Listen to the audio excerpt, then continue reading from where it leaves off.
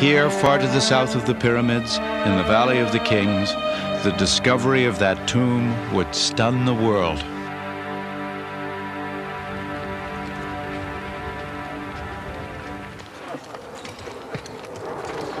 The year is 1922. Archaeology has arrived in Egypt like an invading army. Hordes of Europeans comb the desert for the most coveted prize of all, an unopened royal tomb. Howard Carter, an experienced Egyptologist, has spent years looking for the tomb of one minor pharaoh. The little-known ruler's name was Tutankhamun, King Tut. He was down to nobody. This was the 10th year. The money was running out. He was a romantic. You have to be to remain in Egypt that long. Driven. He always knew that Tut was there.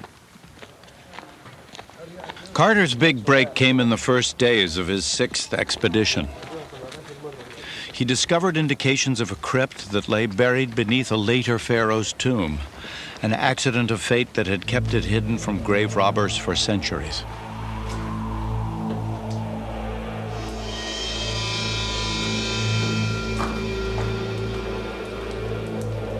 After so many years in the desert, all that stood between Carter and what could be the discovery of a lifetime was a wall sealed with plaster more than 3 millennia ago.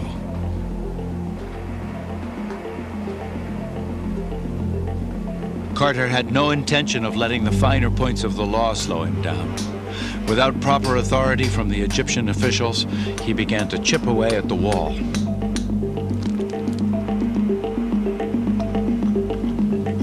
They didn't tell us so, you know.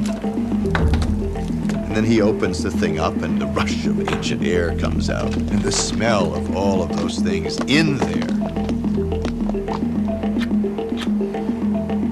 There cannot be imagined a more dramatic moment in the history of archaeology. You can imagine the feeling.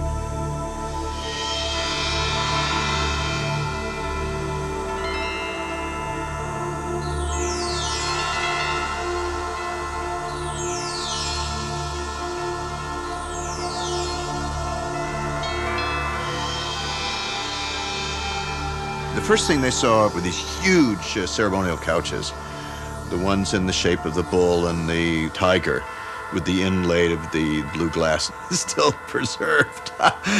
Nobody had ever seen the likes of that. Even in reliefs or paintings in the tombs, nothing like that.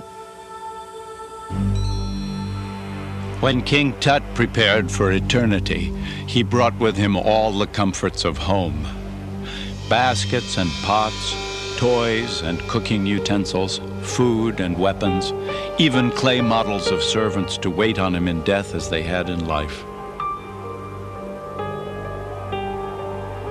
Anything useful here in this life would surely be needed in the next.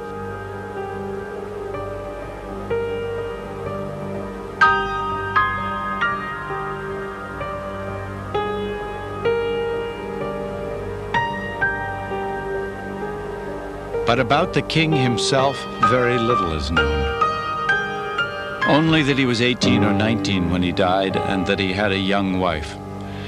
Even the mummies of 2 babies, also found in the crypt, remain orphans of the mysteries surrounding the young pharaoh's life. But one thing was clear. Tut's tomb was designed as a gateway to eternity, a storehouse of sacred and magical items for his journey into the afterlife. You have weapons that nobody ever knew existed. You have fine bows. You have a piece of steel on his heart, the most precious place, in the deepest level of King Tut. They found a piece of steel, a little tiny miniature knife in steel, which was considered to be more valuable than all the gold that they found.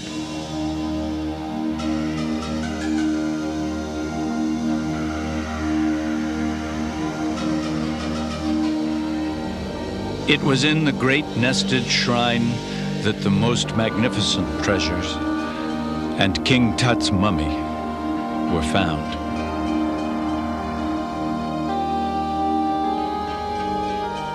The innermost of 4 ornate coffins was solid gold.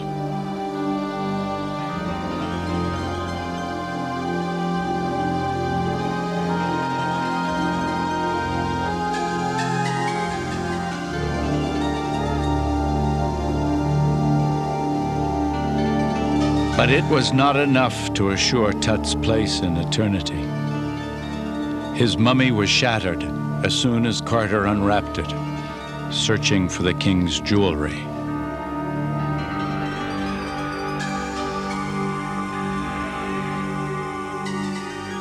Sadly, King Tut would be remembered not as a pharaoh, not even as a man, but as a treasure. It appealed to everybody's sense of finding the pot of gold at the end of the rainbow, and what would they find? They didn't know. And it became a wild press event, probably one of the first true pop media events of the 20th century. Dateline, Egypt.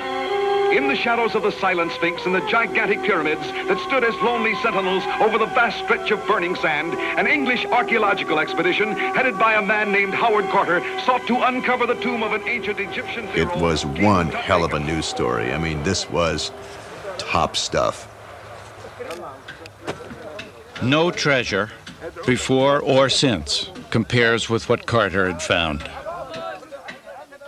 Again, we get back to this sense that this was for human beings and they had used it.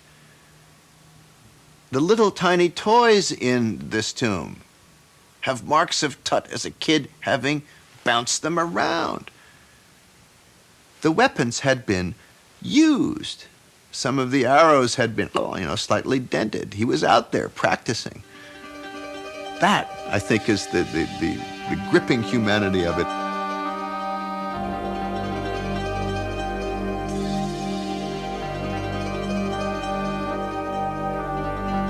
When you see the portraits, when you see in King Tut this lovely golden throne where the young king and his bride, same age, 13 or 14, having a good deal of fun. They obviously love each other. One is touching the other in the most affectionate way.